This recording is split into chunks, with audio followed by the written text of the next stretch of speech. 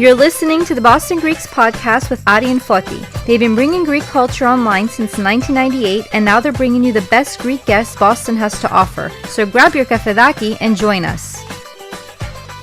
Hey everyone, welcome to another episode of the Boston Greeks podcast. Today's episode is extra special because we have a very special guest who is actually, so quick story, we work with a lot of people and we do a lot of media. And our guest today is somebody that, we said a couple of sentences to, and this guy just produced like videos and audio, and he's done so many things, and he already became one of my favorite content creators that I've ever worked with. And I'm meeting him for the first time tonight, but I'm going to say it right off the bat, like somebody who executes like this guy is in my book. So before we bring him along, let me introduce my co-host, Foti Stamos. Hello, Foti.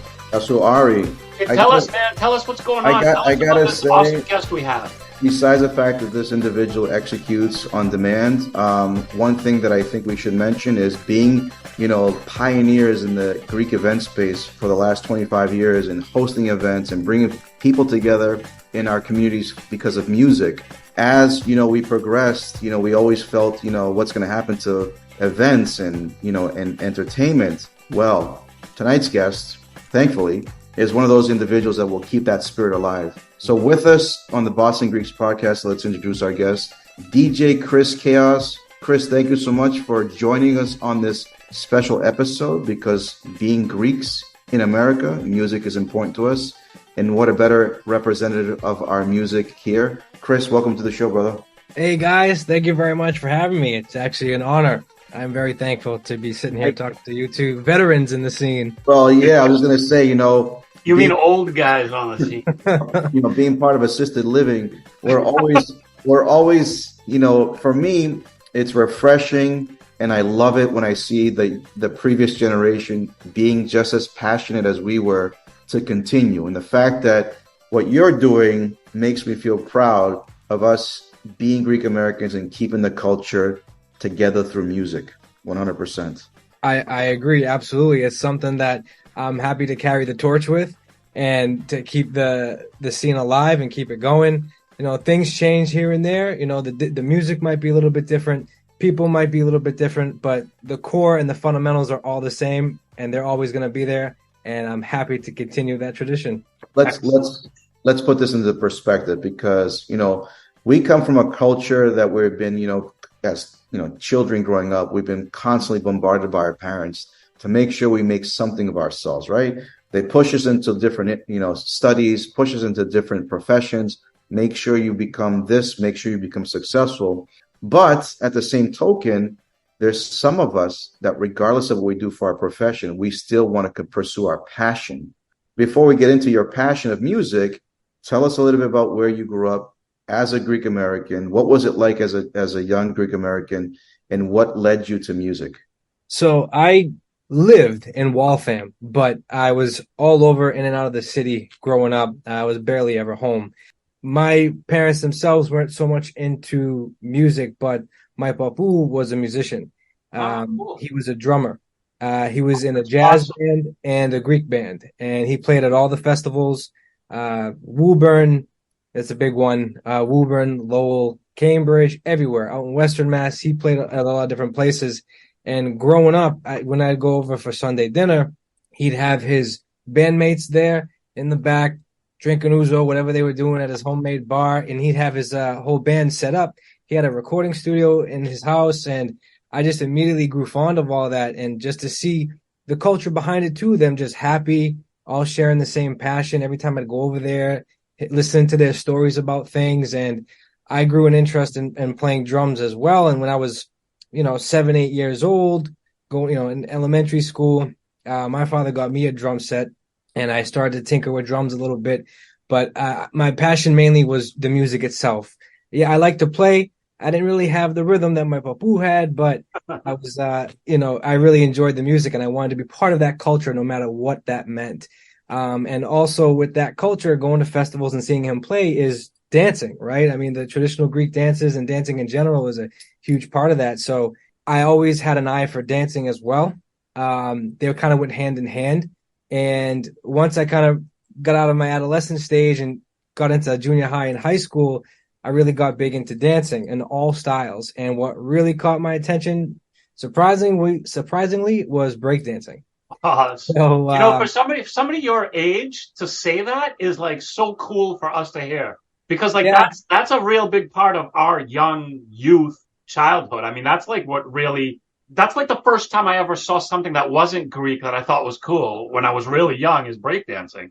And I never expect the younger generation to even care or even know what the hell breakdancing is. So that's really awesome. right. So the year was around 2005, and it had gone away for years, and it went back to underground. It wasn't like the main thing anymore. But a movie called You Got Served had just come out around that time, I think like 2004, and it kind of resurfaced a little bit. And when that came out, it definitely sparked my interest and a lot of my friends. And we just got hooked on it, and we started learning that. And at school, we'd be in the cafeteria in the corner of the room, getting in trouble for doing it, but whatever. I mean, it just took over our lives, and carrying cardboard around and playing it, like doing it at like the basketball courts of all the parks. And then we got into battling, the competitions with one another. And then eventually, as the older I got, I started competing, performing shows, performing for schools and other kind of events. So dancing was huge. Listening to music and dancing was big for me. I was captain of my high school dance team, doing choreography for them, mostly hip hop and breakdancing and stuff. And then when I went off to college, same thing there. But after a while of doing it, there was only so many songs that we could dance to, and we kind of got tired of it all. And what they were playing on the radio wasn't necessarily dance music. You could pick and choose songs here and there, but it wasn't really our style. It wasn't our flavor. So I, being a drummer, would be at home trying to come up with some rhythms or whatever, something we could dance to, but it wasn't really working for me. Like I said, I couldn't really physically play an instrument that well. So I picked up a computer studio, like a program, a software called Acid Music Studio. This had been like 2006. And you could make drum patterns and typical basic beats and rhythms and stuff like that. So I started composing all these songs, like hip hop songs and stuff. And I would save them and bring them to practice, and everybody would love them. And then I'd start to incorporate songs that I already had. So I'd take a CD and rip the CD and like download it to the computer and start sampling parts of other songs, whether it was lyrics or instrumentals, whatever it was. And I started making my own mashups. And what was really big at that time were like cheerleading mixes. And what I mean by that is when they'd have cheer competitions, they'd be like 10 songs in one. It would be the lyrics of one song, the beat of another, then lyrics of another song. Like it was this giant mashup of all these things. So I started making those for our high school, for our cheerleading team. And then I just started making my own stuff. So now here I am, I'm dancing, I'm making my own beats, and I'm making mashups and mixes. So essentially I was dancing, producing, and DJing. I just didn't know it yet. Then when it came to like 2009 was my senior year in high school, and 08, 09, I was doing school dances. We were performing for them. That school would hire us to dance. But a friend of mine was the school's DJ, him and his dad or whatever. And he said, can you bring one of your mixes to the next school dance? And he wanted to play it for everybody. And I was like, all right, okay. Not many people knew about what I was doing. A few teachers did, because I'd get in trouble because I'd be selling the CDs in class for $5 or whatever. So the teachers kind of knew what I was doing, but no one else really. And I get to the school dance. He says, put your CD in here, whatever. He goes, press this button. Okay, I press that button. Slide this knob. Okay, I slide that knob. Now turn this one, blah, blah, blah. And he showed me all these things, and he goes, you just DJ'd for the first time. You just played your first little mix. And I'm going, I don't know, I'm just pressing buttons. And he's like, I don't think you understand what you're doing right now. And I was like, all right, let me try again. So now for the next hour, I'm DJing, I'm mixing. And not only am I DJing, I'm playing my own music, songs that I made. So after that, I was like, I know what I'm going to be doing for the rest of my life. Mm-hmm. This is something that I really enjoy.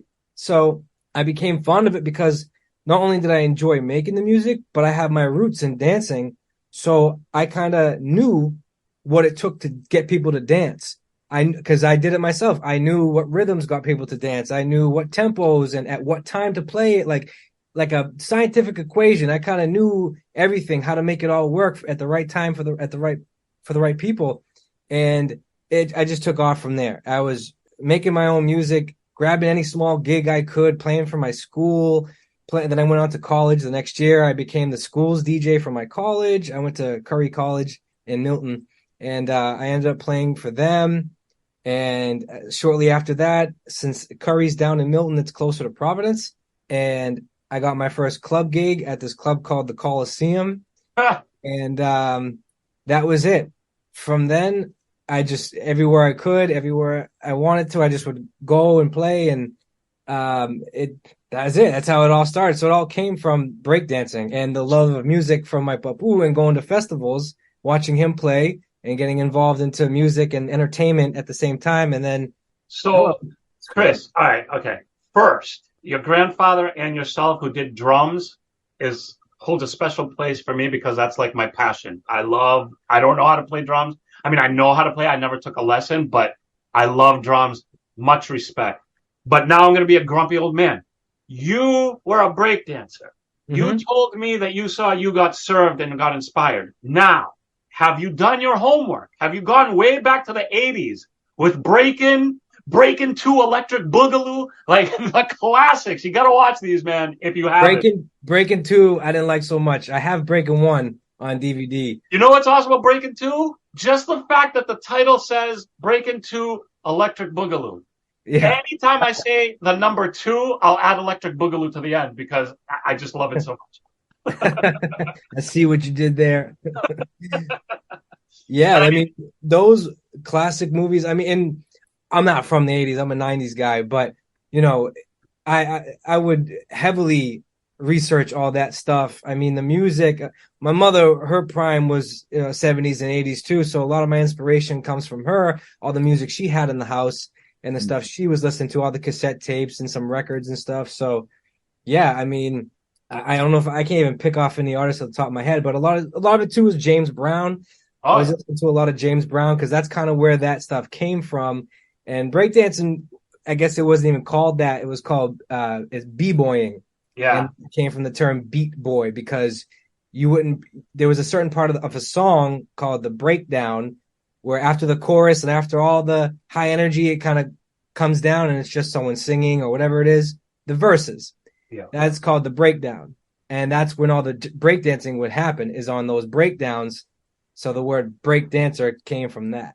So yeah, I've done a lot of my research on that.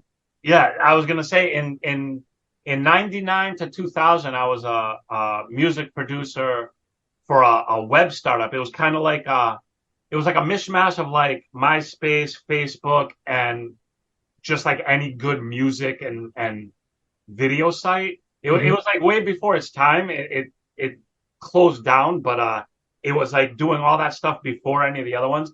And my role in that place was hip hop, scratch DJs, and electronic music. Okay. So like all I did for 2 years was go to like breakdancing shows, scratch DJ shows. So like, you know, everything you're talking about, everything that you are doing and everything that inspired you is literally like maybe a generation apart, like, you know, 10, 12, 15 years apart, but like the same exact thing. I was so into that stuff, man. And hearing you talk about it as a younger guy, like, it's just very cool to hear. Like I said, carrying the torch. I mean, keep the tradition alive. If I can just, chime in and mention, you're speaking of an era, pre-technology, if that's the word to use, about what resources, pre-internet, right? Pre-internet, what actually even artists had access to. So the fact that artists back then in the 80s, that, for those of us that are listening who are in the same age group as Ari and I, which are in our 50s, right, Ari? Is that I'm 70.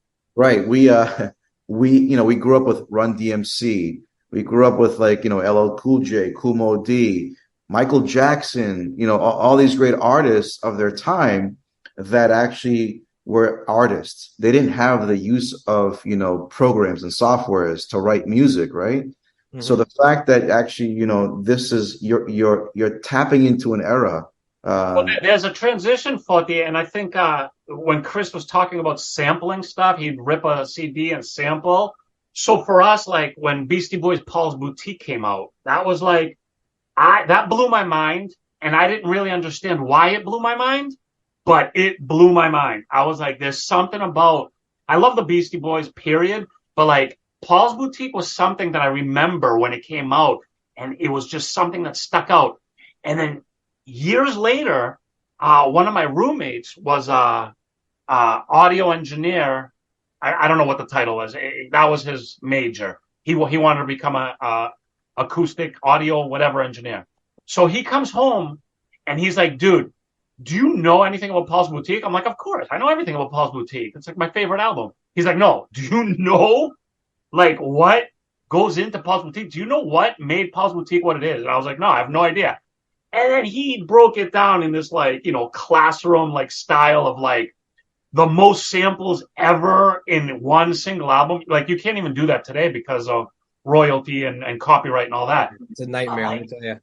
It literally, like, I love the album. I didn't really know why. Then he like broke it all down as to how they put it together and how amazing they were as like people who were using technology and sampling and music and just their talent. And it was just one of those things that I was like, wow, dude, there's so much that goes into music. Every lay person out there will be like, yeah, I like that song. But do you really know like what goes into it? I mean, a lot of people don't. It's like it's and especially with hip hop. Hip hop is like one of those things that I don't think garners as much respect as it should, because there's a lot of stuff that goes into creating like the proper sound. Maybe not nowadays, but we could talk about that later. Modern day hip hop. Anyways, yeah, I agree with everything you just said. It's absolutely amazing too, because, well, especially back then, they didn't have the resources and, like you said, the technology that people have today to do all these things. So all of this stuff came from here. It's not, they didn't have YouTube to go and see what everybody else is doing and, copy somebody else. They had to come up with all these things, and music, especially with them, was a lot more original. And I know sampling isn't exactly original, but the way they did it and and what came from it was original, because it started in here. It wasn't a replica of anything else. So especially back then, I mean, the talent and the hard work that went into music back then, it's no wonder why records from back then still are popular today, and people are emulating those records today. I mean, the songs that are coming out now, I don't think people are going to remember next year.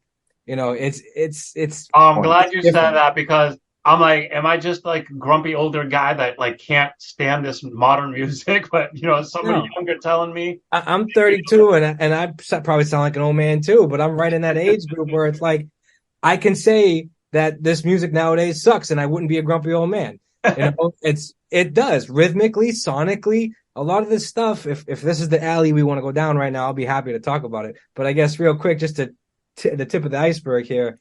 Time is not being put into music today, because everything, we live in an information world, right? We want everything now. We have to know, we have to have it.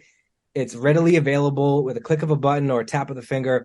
So that translates to how music is made today. So everything is made so fast. The process is 10 times faster. It can be done on a laptop in 2 days, So people don't want to put the time in to record an album and make it perfect, because that takes about a year, 6 months to a year. There's so much competition now that you have to keep putting something out once a month at least to stay relevant. So people are just pumping out garbage just to get it out there. Garbage in, garbage out. So there really is no talent and time that goes into these things nowadays. It's just to get something out quick to stay relevant. And you can tell the difference. Like I said, if I'm doing a wedding or something, or if I've been to a wedding, the music they're playing is from the 80s, 70s and 80s, and some 90s, but they're not playing anything from nowadays, maybe 10 years ago, but really from the last 10 years and going forward, there's nothing. I don't know. I guess you could sound like an old man and say it's not music. It's just. I think you're putting things into perspective, because if you really think about it, it makes sense. No, you're 100% right. I mean, my opinions are exactly what you're saying, and I don't think it's a lack of talent. I don't think like there was more talented people then and less talented people now. I think it's the industry and the technology at hand that changed the game to a point where, first of all, a musician is not making money the way they used to make money. I mean, No, you put out a record. I'm not saying CD. I'm not saying a song. You put out a record back then, and you were like stacking cash. Mhm. But now it's like you could put out song after song after song. You could get 1 million streams, and you're making like literally like pennies on the dollar. Yep. And that to me, obviously, unless you're like wealthy, you can't do this work, because how can you live like doing this work where back in the day you would make millions and you'd tour and you'd make more money and all that. Now you're like pumping out music, you're barely making anything. You have to retain a job so you can do your passion on your off time. And that's a recipe that just doesn't work for beautiful music that touches your soul. Like I just don't see it anymore. You're absolutely right. There is really no money in music anymore. So I have music on Spotify. My most recent track has almost 1 million streams, and I'm probably only going to see a few $100. That's insane. Because first and foremost, label takes 50%. Anybody else who worked on the track, it gets split. And Spotify only plays, like you said, I think it's half a cent per stream.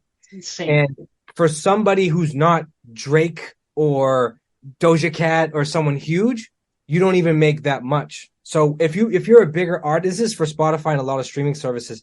Streaming services kill the industry, by the way. Oh, exactly. Unless you're Drake or someone big, you're barely making half a cent. Those big guys, they'll make $1 per stream. But if anybody else, if you're not in the top 1% of musicians, then you're not making anything. So we have to rely on ticket sales for shows, merch. That's why everyone's starting a podcast. Everybody's starting a record label. They have to do something because they're not making money off of the music itself anymore. You have to have all these different avenues. Be a YouTuber, create content. You got to do something else. And so if you're a true talent, right, but you just don't have the financing or the independent wealth, but you have talent, we'll never see it because you can't go that path to let all that talent out. You have to do stuff that kind of falls in line with everything that's happening. Like you said, churn out garbage, come back garbage. Like, I don't care how talented you are. If you have to pump out like 2 songs a month or whatever, not everything is going to be gold. I mean, not everything is going to be a classic. Like, it just doesn't work that way. You have to take time. You have to like kind of foster that talent. And it's just the industry today does not allow for that. The instant gratification of media in today's world doesn't allow for that. It's sad. It's a sad thing. It is. It really is. I mean, a lot of it stems from, I hate to say it, but the youth in society right now, where they can't focus on one thing at a time. Everything is now. There's 18 different things. Swipe, next. There's so much of it that you can't really focus on one thing at a time. So by the time you're finishing a song, a whole new genre has come out. And now you have to start doing that genre. You can't even be an individual artist anymore and have your own sound or have your own brand, because once you even get that established, something else is hot right now in your old news. And it happens almost on a quarterly basis. It's nuts, especially for someone like me. I work in the electronic music industry, what used to be called techno, back to you old folks. EDM? There's just so many subgenres. Before it was like techno and house music and then trance. Now it's like house has deep house, progressive house, tropical house, slow house, fast house, and then trance, progressive trance, uplifting trance. And even with hip hop, there's like 1,000 different subgroups and subgenres. And anytime some producer or rapper does something a little different, it becomes a whole new thing and it's a whole new genre. And now you got to do what that is. And people can't be themselves because they have to keep up with what's hot, because in 10 minutes, you're going to be forgotten. That's why you get all these artists that look like fucking parrots and they got 19 different colors in their hairs and tattoos on their face and people wearing masks. Like, you have to do something asinine to stand out today. And that's not necessarily something that you or, as a person want to do. It's something that you have to do. People can't really, it's a shame. People should be themselves, but they can't really be themselves because it may not be what everybody else today wants. And it sucks. People. Well, having said that, Chris, what do you see in the future of music if it's going this direction? Will this like be will there be like a burnout of like artists trying to keep up and just can't? I mean, it has to be a revolution, man. AI, it's already started. I mean, from a behind the scenes in the studio aspect, all the programs and stuff that we use to make music on the computers and stuff, a lot of it now is AI, and it makes the music for you.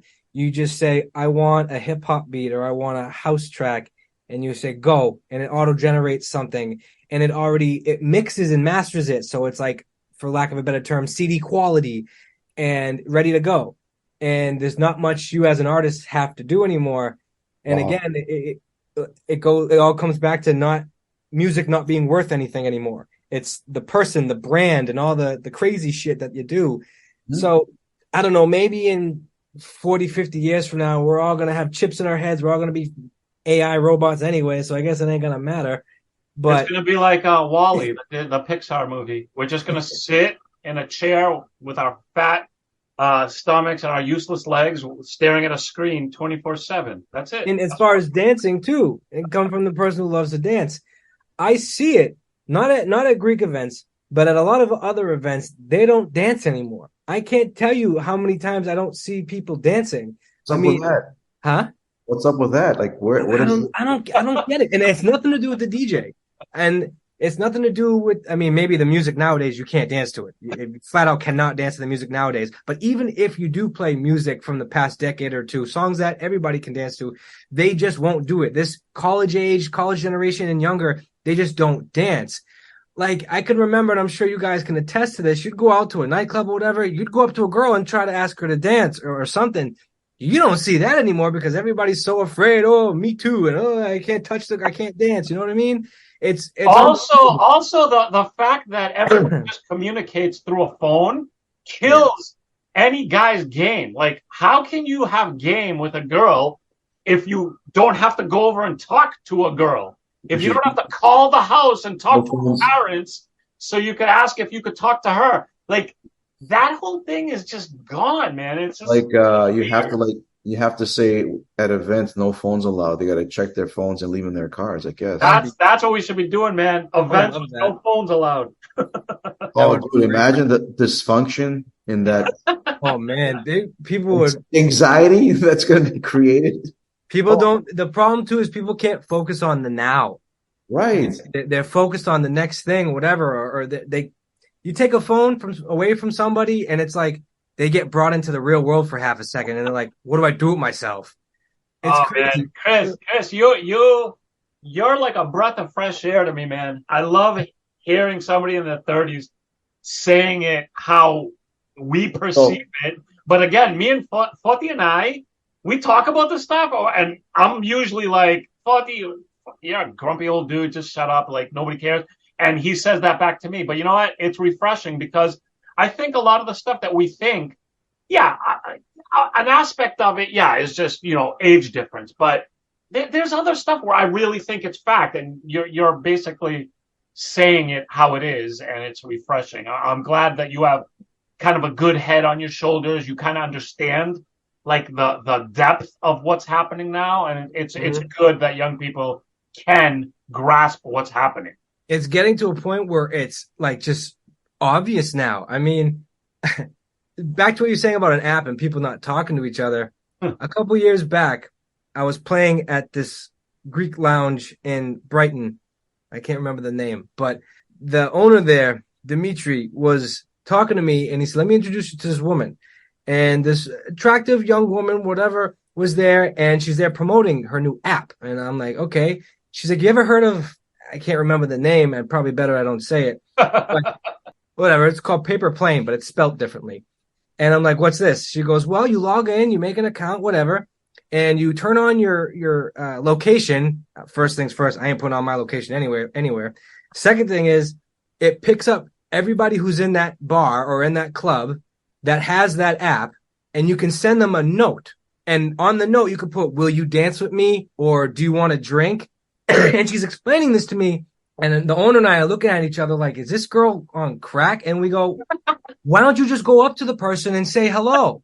What, they're across the bar. They're 20 feet away from you and you can't walk up to them and ask them if they want to drink or if they want to dance. You really need an app to do that.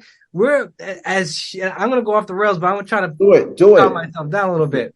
You mean to tell me as people, we can't even communicate to one another? It's getting that bad that we have to rely on technology just to talk to somebody? Yes. What the hell is happening? And it's only going to get worse, especially with AI, because now they're not even going to need to go out. They're going to sit at home and talk to a freaking a bot, you know? And So I'm going to tell you two quick things. A friend of mine has a teenage son, right? And he's always telling me, he's like, these kids, man, they don't go anywhere. They don't go out. They don't do the crazy stuff we used to. And my son, and he was telling me this, my son came up to me and he's like, Dad, I'm going to watch the football game with my friends. And he's like, yes, thank God. Go watch a football game with your friends. Like, this is awesome. Mm-hmm. So then, his son leaves and he goes downstairs and he sees his son in the living room by himself. And he's like, I thought you said you were going to go watch a football game with your friends. He's like, I am. And they were all on their phones watching the football game and talking about it. And he's like, why don't you go over there? It's like 2 blocks away. He's like, no, dude, I'm good here. Like, we're all talking. And it's like, that's just bizarre. It's like, and then I see my son who's 4 years old and he watches videos of other people like playing games or playing video games or unboxing stuff. Uh-huh. And I'm like, I remember when online shopping first started and I was like, when I buy something, I need it in my hand right now. Right. I can't wait 2 days. And then I see my son, he's not even playing with stuff. He's watching other people play with stuff and he's happy. That's like so bizarre to me. Yeah, especially with the whole gaming thing with like Twitch, that whole platform. Watching people play video games, and it's like I remember when I was a kid, if there was somebody in the room playing a video game, I'd be like, "Can I have a turn?" Then, gentlemen, I think that what the both of you are saying is we need to hang on to what's left before it's all gone.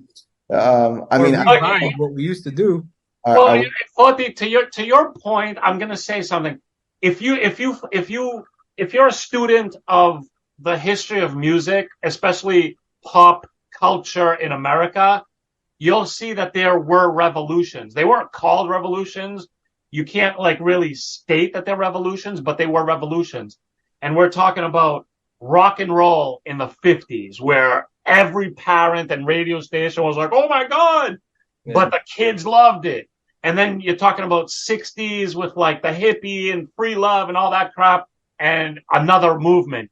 And then in the 70s, people were just so against the corporate bull and punk came out and it was like, fuck you to everybody. Like, we're doing what we want to do.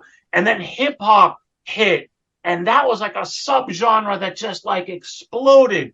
There needs to be a revolution, man. There needs to be a revolution that brings it all back to something of substance. I put my money on Chris.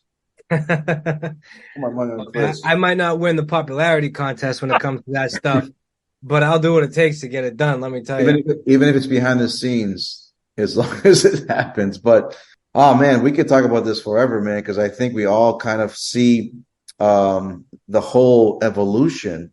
Well, you know what, Putty? We got to bring Chris back. Yeah. And that podcast is going to be Chris Kaos 2 Electric Boogaloo. Perfect. We found it. He was just dying to use that again. Yes. Well, so the whole time we've been talking, that's all I've been thinking about. Let's talk about positive things. Let's talk about so having said that, we got to listen to about, your background, how you grew up, and what created this passion for you. What is Chris Kaos doing today? What am I doing today? Well, the same thing I've been doing for the past 5 to 10 years. I mean, I'm just gaining more knowledge in what I'm doing, and I'm constantly learning. I think I have it figured out 1 minute, and then the next minute I'm like, wait a minute, what if I should try this? So I guess I'm constantly learning and educating myself, whether it's music or DJing, and more so on music. Nowadays, for what I'm doing, and music producers, we have to wear many hats. So we have to be audio engineers. We have to be marketers. We have to be promoters. We have to do everything. So I'm still learning and learning as time goes on.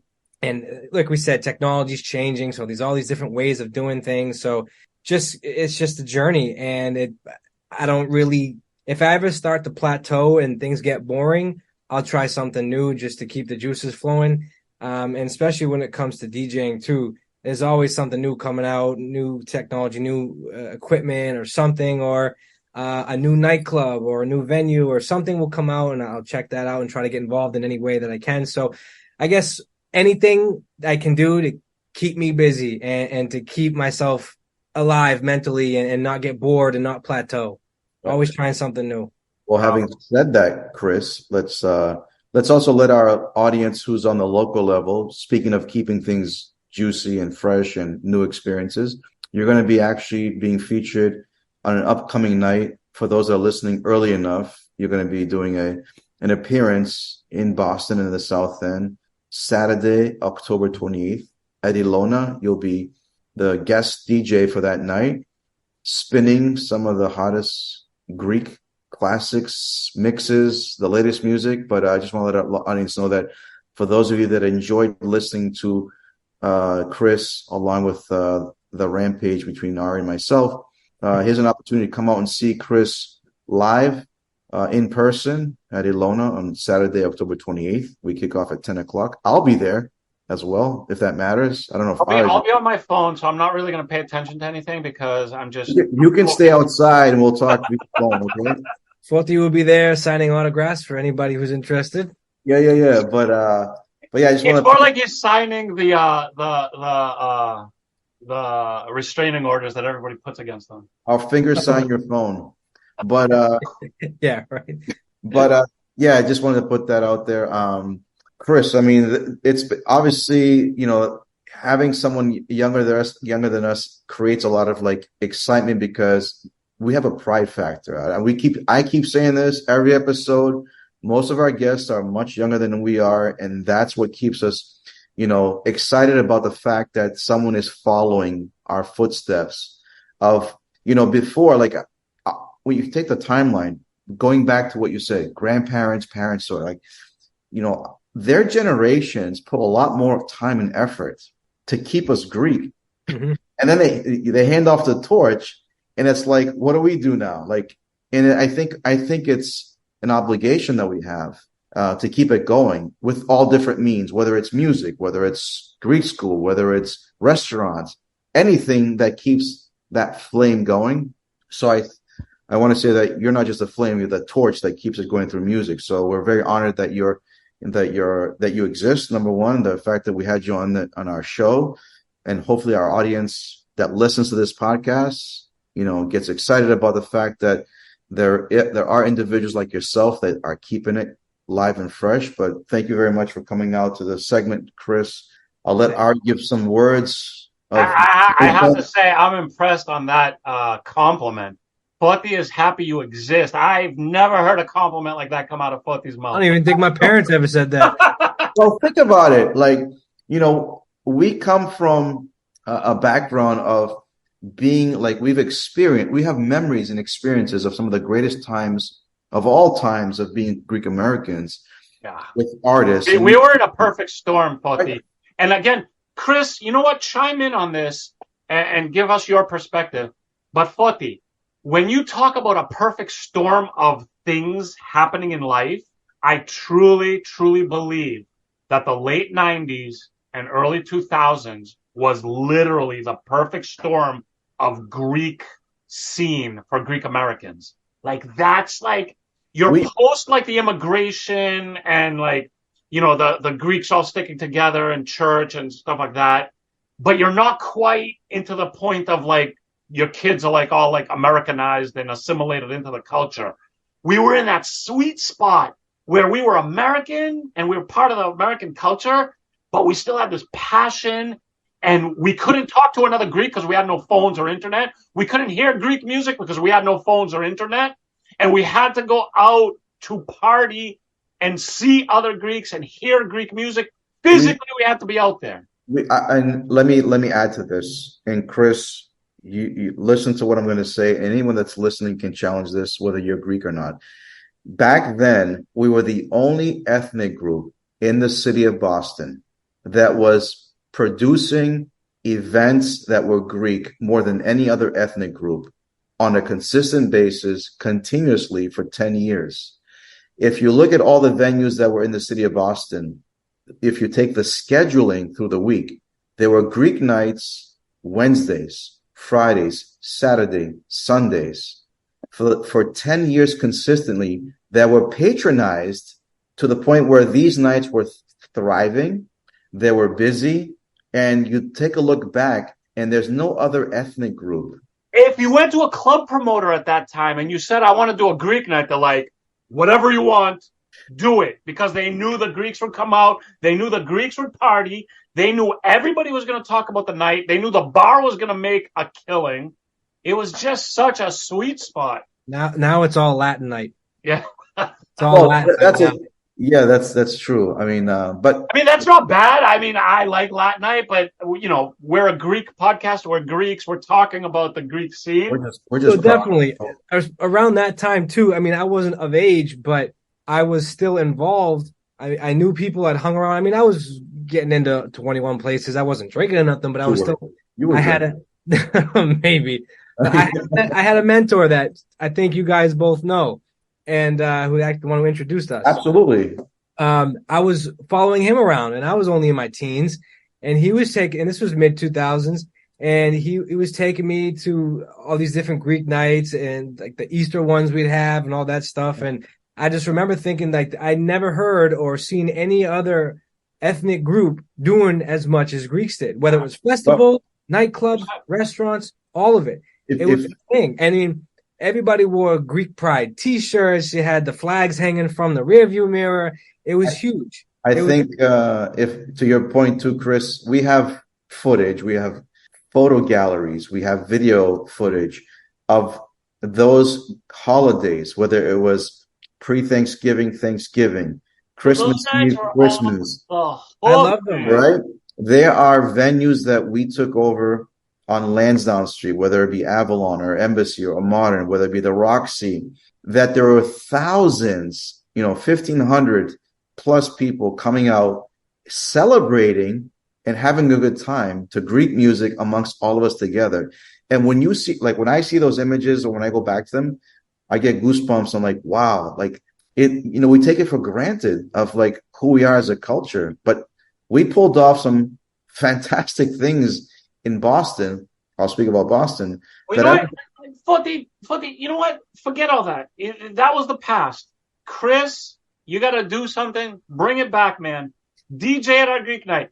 Do whatever you can do. Bring it back. Bring something back, because it's like we need this, man. That's the name of your tour, Chris. Bring it back. Well, I was thinking. You kept saying keep it this, keep it that. I think the new name should be Keep It Greek. Do it.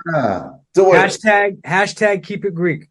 Keep It Greek 2, Electric Boogaloo.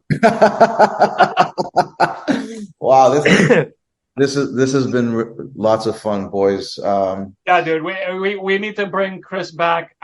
Do some youth like music, kind of like. Let me add this, Ari. For those of you that listen to our podcast, Chris will be releasing some, thankfully, playlists for Greek AF Radio. So download the. Yeah, we actually started. So when we started Greek AF Radio, we had DJs and this and that. It was so difficult getting people to actually do stuff that we just we're like, you know what? It's just not worth the trouble, because it's so hard to get people to execute. When we asked Chris briefly, like, can you do something? Not only did he do it, not only did he post videos on social media, everything that we appreciate from professionals, Chris did. And we actually started a section on Greek AF Radio specifically because Chris kind of came into the fold with us. And that's big for us. That's big because, we don't do that normally. And we just saw a young guy who's obviously talented, but again, talent is this much, but executing, actually coming through with whatever you say you're going to do and actually doing it, that's huge for us. And Chris is that guy. So we're real proud to have him on our podcast. We're real proud to create a section because of his inspiration. He inspired us to create this section called Hanging with the DJ. You could see that on Greek AF Radio. So basically, Chris is one of those dudes that he's basically just like us, much younger. It's an honor to hear those words. I mean, I really appreciate that. I mean, and I'm just doing what I think is right. Work ethic and professionalism is just something that's been instilled in me since I was a kid. I mean, maybe it's the Greek genes, but hard work is something in our blood. So gotta leverage that. You gotta leverage that. Yep. Whatever it means, whatever it takes to get it done. I'll do it. Well said. Well said. You've proven yourself, and coming up in the future, yes, he's spinning live at a Greek night for us, with us. He's going to release more mixes with us, and we're behind them 100% because we love what he does, but also, again, back to that ethic, back to that execution. Like, we appreciate that so much because that's something that we feel like we've lost as well along the way because there's just so many things going on. It's like, how do you wrangle somebody in to do stuff? And on his own, Chris does that. And, we truly appreciate that kind of person. And that's Chris. Thank you so much. Again, good stuff. Great talk. Great episode. We can continue on and on, but we're going to stop it right there so we can bring you back. I'm sure our audience would love to hear more about it, and we can dive into some more detailed conversations about certain topics. But thanks again, Chris. We're definitely going to see you soon. October 28th, Saturday at Alona. We'll definitely have information about the event on all of our platforms. And anything else, Ari, you want to send off this episode with? Yes, I want to say, as I said before, thank you very much, Chris, for taking the time with us. Thank you for everything that you've already done for us. And we can't wait to see everything you're going to do. We can't wait to hear you live. We can't wait to hear more of your mixes. And just, dude, thanks. Thanks for being on. Both of you, thank you very much. As I said before, I'm honored and I'm very excited and looking forward to being on this journey with you guys. Absolutely. Awesome. All right, guys, that was our episode with Chris Kaos. And then when he comes back, we got Chris Kaos 2, Electric Boogaloo. Look out for that. We're waiting for that. I'm gonna kill that joke until everybody's sick of me. Hashtag keep it Greek. Thanks everybody out there for watching and listening. Check the show notes for all the information on Chris. Follow him on social media. Come out October 20th to hear him live. If you're listening or watching this after October 28th, just stay tuned for all the information and we'll have it. So thanks everybody. Thank you, Foti. Thank you, Chris, again. Thanks everybody out there.